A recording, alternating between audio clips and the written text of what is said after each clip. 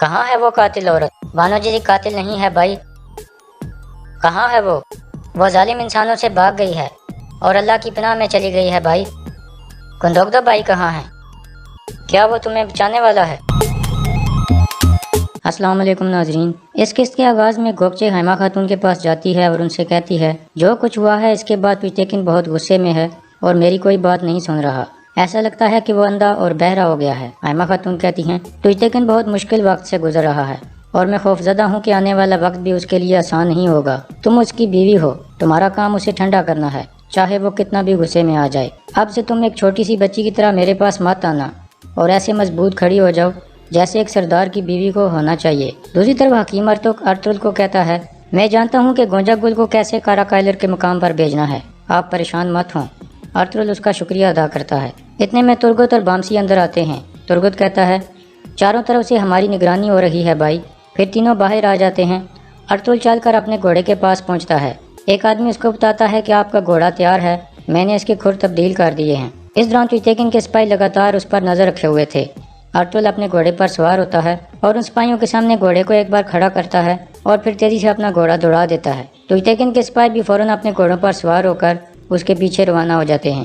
دوسری طرف حکیم ارطغرل آیت الن کا چیک اپ کرنے کے لیے پہنچتا ہے اور کہتا ہے آپ پہلے سے کافی بہتر ہیں، لیکن مجھے لگتا ہے کہ ابھی بھی کچھ زہر آپ کے جسم میں باقی ہے اور یہ کافی نقصان پہنچا سکتا ہے آپ کو۔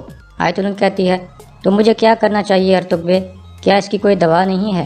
حکیم ارطغرل کہتا ہے بالکل دوا ہے، اس کے لیے ایک کانٹے دار جڑی بوٹی ہوتی ہے جو بہت نایاب ہوتی ہے اور یہ کاراکائلر کے مقام پر مل سکتی ہے۔ میں لینے کے لیے چلا جاتا لیکن کافی سارے مریض میرا انتظار کر رہے ہیں۔ گونجا گل کہتی ہے میں چلی جاؤں گی ارطغرل۔ حکیم ارطغرل کہتا ہے ٹھیک ہے، آپ جاؤ اور لے آؤ، اس کے بعد اگلا کام میرا ہے۔ دوسری طرف ارطغرل قبیلے سے باہر نکل آتا ہے اور ایک جگہ پہنچتا ہے جہاں پہلے سے سنگر تیکن موجود تھا۔ سنگر تیکن کہتا ہے میں شکار پر جا رہا ہوں بھائی، دیکھتے ہیں کیا ملتا ہے۔ ارطغرل کہتا ہے ٹھیک ہے بھائی، اپنا خیال رکھنا۔ پھر ارطغرل آگے بڑھ جاتا ہے۔ اس کے جانے کے بعد سنگر تیکن اس کے گھوڑے کے کچھ نشانات مٹا دیتا ہے اور پھر اپنے گھوڑے پر سوار ہو کر وہاں سے نکل جاتا ہے۔ پیٹیکن کے سپاہی بھی ارطغرل کا پیچھا کرتے کرتے اس جگہ پہنچ جاتے ہیں۔ سامسا گھوڑے سے اتر کر نشانات دیکھتا ہے اور پھر کہتا ہے وہ اس طرف گئے ہیں۔ پھر وہ سب اس طرف اپنے گھوڑے دوڑا دیتے ہیں۔ دراصل اس طرف سنگر تیکن گیا تھا۔ دوسری طرف قبیلے میں بامسی کو پڑھنے کا شوق چڑھ جاتا ہے اور وہ ایک قاعدہ اٹھا کر ترگت سے کہتا ہے میں اسکول جا رہا ہوں ترگت۔ ترگت ہنسنے لگتا ہے۔ پھر ترگت اسے اسکول تک چھوڑنے کے لیے اس کے ساتھ چل پڑتا ہے۔ اس دوران پیٹیکن کے سپاہی بھی لگاتار ان کا پیچھا کر رہے تھے۔ دوسری طرف سنگر تیکن ایک جگہ پہنچ کر اپنا گھوڑا روک لیتا ہے۔ اتنے میں سامسا اور دوسرے سپاہی بھی وہاں پہنچ جاتے ہیں اور سنگر تیکن کو دیکھ کر حیران ہو جاتے ہیں کیونکہ وہ اپنی طرف سے ارطغرل کا پیچھا کر رہے تھے۔ سنگر تیکن سامسا کو کہتا ہے بعض دفعہ شکاری خود شکار بن جاتا ہے، اپنا خیال رکھو، تم جیسے بہادر سپاہیوں کی ہمارے قبیلے کو بہت ضرورت ہے۔ دوسری طرف بامسی اسکول پہنچ جاتا ہے اور بچوں کے ساتھ بیٹھ جاتا ہے۔ تھوڑی دیر بعد درویش بامسی کو کہتا ہے اب آپ سبق سناؤ۔ بامسی قاعدہ پڑھتا ہے تو سب بچے ہنسنے لگتے ہیں کیونکہ وہ پڑھ نہیں پا رہا تھا اور بہت مزاحیہ انداز میں الفاظ بول رہا تھا۔ جبکہ اس دوران ترگت وہاں جاتا ہے جہاں دلی دامیر ہتھیار تیار کرتا تھا اور غمگین انداز میں وہاں پڑا سامان دیکھتا ہے۔ دوسری طرف گندوگدو اپنے سپاہیوں کے ساتھ دوان اور بانو جیجے کے پیچھے روانہ تھا۔ ایک جگہ پہنچ کر وہ ان کے نشانات چیک کرتا ہے اور کہتا ہے ہم بہت قریب ہیں، وہ زیادہ دور نہیں جا سکتے۔ پھر وہ سب دوبارہ آگے بڑھ جاتے ہیں۔ دوسری طرف دوان اور بانو جیجے کی ایک جگہ پہنچ کر اپنے گھوڑے روک لیتے ہیں۔ دوان بانو جیجے کو پانی پلاتا ہے۔ بانو جیجے کہتی ہے اس مشکل وقت میں مجھے صرف یہی تسلی ہے کہ تم میرے ساتھ ہو۔ دوان کہتا ہے میں ہمیشہ تمہارے ساتھ ہوں گا، برے وقت میں بھی اور انشاءاللہ اچھے وقت میں بھی۔ اتنے میں ارطغرل بھی وہاں پہنچ جاتا ہے کیونکہ ارطغرل نے دوان کو اپنے منصوبے کے بارے میں سب کچھ بتایا ہوا تھا۔ دوان کہتا ہے جیسے آپ نے کہا تھا میں نے کچھ نشانیاں ان کے لیے چھوڑ دی ہیں بھائی، گندوگدو بھائی اور ان کے آدمی جلد یہاں پہنچ جائیں گے۔ پھر ارطغرل بانو جیجک سے پوچھتا ہے تم جانتی ہو کہ کیا کرنا ہے؟ بانو جیجک کہتی ہے جی ہاں، دوان الپ نے مجھے سب کچھ بتا دیا ہے۔ ارطغرل کہتا ہے سلجان گونجا گل کو کاراکائلر کے مقام پر لائے گی، گونجا گل کو یقین دلانا اب تمہاری ذمہ داری ہے کہ وہ ثبوت اصلی ہے۔ پھر اگلے دن آیت الن وہ ثبوت لینے کے لیے آئے گی اور تم دونوں کو مارنے کی کوشش کرے گی، اس لیے تم ہوشیار رہنا۔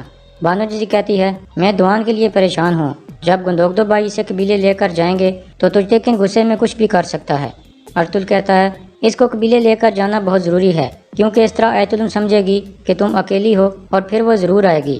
دوان کو میری والدہ اور گندوگدو بھائی کچھ نہیں ہونے دیں گے، تم پریشان مت ہو۔ اس کے بعد بانو جیجک اپنے گھوڑے پر سوار ہوتی ہے اور وہاں سے چلی جاتی ہے۔ ارطغرل دوان سے کہتا ہے بانو جیجک کے گھوڑے کے نشانات مٹا دو تاکہ کوئی اس کا پیچھا نہ کر سکے۔ اس کے بعد ارطغرل دوان سے گلے ملتا ہے اور اللہ حافظ کہہ کر وہاں سے چلا جاتا ہے۔ اس طرح دوان وہاں اکیلا رہ جاتا ہے اور گھوڑوں کے نشانات مٹانا شروع کر دیتا ہے۔ دوسری طرف گندوگدو ایک جگہ پہنچ کر اپنے سپاہیوں سے کہتا ہے، یہاں سے ہم علیحدہ علیحدہ ہوں گے، ہم دو طرف سے کرتبوغزی کے مقام کو گھیرے میں لیں گے۔ اس کے بعد کچھ سپاہی ایک طرف چلے جاتے ہیں اور کچھ دوسری طرف سعادت الدین کے کچھ سپاہی قبیلے میں پہنچتے ہیں۔ ایک سپاہی گمبد تیکن کے خیمے میں داخل ہوتا ہے اور اسے ایک خط دیتا ہے اور کہتا ہے، یہ امیر سعادت الدین نے بھیجا ہے۔ گمبد تیکن پوچھتا ہے، کیا وہ کونیا میں ہیں؟ سپاہی کہتا ہے، نہیں، وہ مہمان خانے میں موجود ہیں۔ اس کے جانے کے بعد گمبد تیکن خط پڑھتا ہے اور ہنسنے لگتا ہے۔ دوسری طرف سامسا تیکن کے پاس پہنچتا ہے اور بتاتا ہے کہ ارطغرل اچانک قبیلے سے نکل گیا تھا، ہم نے اس کا پیچھا کیا لیکن اس کے نشانات کھو دیے اور وہ غائب ہو گیا۔ ہم نے اسے ہر طرف تلاش کیا لیکن ہمارا سامنا ارطغرل کی بجائے سنگر تیکن سے ہو گیا۔ تیکن غصے میں آ جاتا ہے اور کہتا ہے، تم کتنی دفعہ ان کی چالوں سے بیوقوف بنو گے؟ کیا میں نے تمہیں ہوشیار رہنے کو نہیں کہا تھا؟ اتنے زیادہ سپاہی ہونے کے باوجود صرف ایک آدمی کا خیال نہیں رکھ سکے، اب یہاں سے دفع ہو جاؤ۔ سامسا چلا جاتا ہے۔ تیکن کہتا ہے، یہ ارطغرل اب کیا کرنے والا ہے؟ اس کے بعد وہ غصے سے باہر نکل جاتا ہے اور گوکچے بھی اس کے پیچھے جاتی ہے۔ اتنے میں گمبد تیکن وہاں آتا ہے اور آیت اللہ سے کہتا ہے، میرے پاس ایک بہت ضروری بات ہے تمہیں بتانے کے لیے۔ اس کے بعد وہ آیت اللہ کو اندر لے جاتا ہے اور اسے بتاتا ہے کہ آج رات مہمان خانے میں سعادت الدین ترک سرداروں سے ملاقات کرنے والا ہے اور سب کے سامنے مارگریو کا اعلان کرے گا۔ آیت اللہ کہتی ہے، اللہ کا شکر ہے، ہماری خوشی کا وقت آ گیا ہے۔ گمبد تیکن کہتا ہے، ہمارا وقت آ گیا ہے، ہماری مشکلات ختم ہو گئی ہیں اور ہمارا مستقبل سورج کی روشنی کی طرح چمکدار ہے۔ اس کے بعد گمبد تیکن کے پاس جاتا ہے اور اسے بتاتا ہے کہ امیر سعادت الدین سب ترک قبیلوں کے سرداروں کو بلا کر ایک اہم مسئلے پر بات کرنا چاہتے ہیں۔ تیکن پوچھتا ہے، کس مسئلے پر؟ گمبد تیکن کہتا ہے، اس بارے میں مجھے نہیں پتا، لیکن میں حائمہ خاتون کو بھی خبر دینے کے بعد مہمان خانے کی طرف روانہ ہو جاؤں گا کیونکہ امیر سعادت الدین میرا انتظار کر رہے ہیں۔ دوسری طرف کائی قبیلے کے کچھ جرگے والے آدمی حائمہ خاتون کے پاس جاتے ہیں اور کہتے ہیں، تیکن نے ارطغرل پر جو الزام لگائے ہیں اس وجہ سے ہم بہت بے چین ہیں۔ حائمہ خاتون کہتی ہیں، کیا پہلے بھی ارطغرل صحیح ثابت نہیں ہوا اور سب الزام جھوٹے ثابت نہیں ہوئے؟ اس لیے آپ پریشان نہ ہوں، میں اس مسئلے پر گندوگدو سے بات کروں گی اور پھر کوئی حل نکالوں گی۔ اس کے بعد وہ سب لوگ اٹھ کر چلے جاتے ہیں۔ ان کے جانے کے بعد گمبد تیکن وہاں پہنچتا ہے اور بتاتا ہے، امیر سعادت الدین نے تمام ترک قبیلوں کے سرداروں کو مہمان خانے میں دعوت دی ہے اور ایک اہم مسئلے پر بات چیت کرنا چاہتے ہیں۔ حائمہ خاتون کہتی ہیں، میں ان کی دعوت قبول کرتی ہوں۔ دوسری طرف کچھ سپاہی دوان کو تلاش کرتے کرتے وہاں پہنچتے ہیں جہاں دوان نے ایک نشانی چھوڑی تھی۔ سپاہی وہ نشانی دیکھ کر کہتا ہے، وہ کرتبوغزی کی طرف گئے ہیں، اور پھر وہ اس طرف چل پڑتے ہیں۔ تھوڑی دیر بعد وہ دوان کے پاس پہنچ جاتے ہیں۔ دوان ان کو دیکھ کر بھاگنے لگتا ہے تاکہ کسی کو شک نہ ہو کہ یہ سب کچھ ایک منصوبے کے تحت ہو رہا ہے۔ کچھ دیر بعد وہ دوان کو چاروں طرف سے گھیر لیتے ہیں۔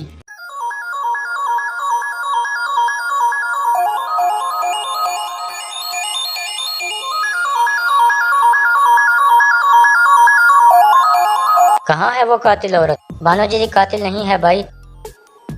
کہاں ہے وہ ظالم انسانوں سے بھاگ گئی ہے اور اللہ کی پناہ میں چلی گئی ہے بھائی۔ گندوگدو بھائی کہاں ہے؟ کیا وہ تمہیں بچانے والا ہے؟ دوان آگے سے کوئی جواب نہیں دیتا۔ دوسری طرف بانو جی کے ایک جگہ چھپ کر سپاہیوں کو جاتا ہوا دیکھ رہی تھی کہ اتنے میں دوسری طرف سے ایک سپاہی آ جاتا ہے۔ بانو جی کو اسے دیکھ کر چونک جاتی ہے اور اپنی تلوار پھینک دیتی ہے، لیکن جیسے ہی وہ سپاہی اس کے قریب آتا ہے وہ اچانک حملہ کر دیتی ہے اور اسے زخمی کر کے گرا دیتی ہے اور وہاں سے بھاگ جاتی ہے۔ وہ سپاہی زور سے کہتا ہے، بانو جی یہاں ہے۔ دوسری طرف دوان کے ہاتھ باندھ کر گرفتار کر لیا جاتا ہے۔ سپاہی دوبارہ اس سے پوچھتا ہے، کیا ارطغرل کا بھی اس معاملے سے کوئی لینا دینا ہے؟ دوان کہتا ہے، نہیں، جو کچھ بھی کیا ہے میں نے کیا ہے کیونکہ میں بانو جی سے پیار کرتا ہوں۔ وہ سپاہی مسکرا کر کھڑا ہوتا ہے اور پھر دوان کے منہ پر ایک مکہ مارتا ہے اور یہاں اس قسط کا اختتام ہو جاتا ہے۔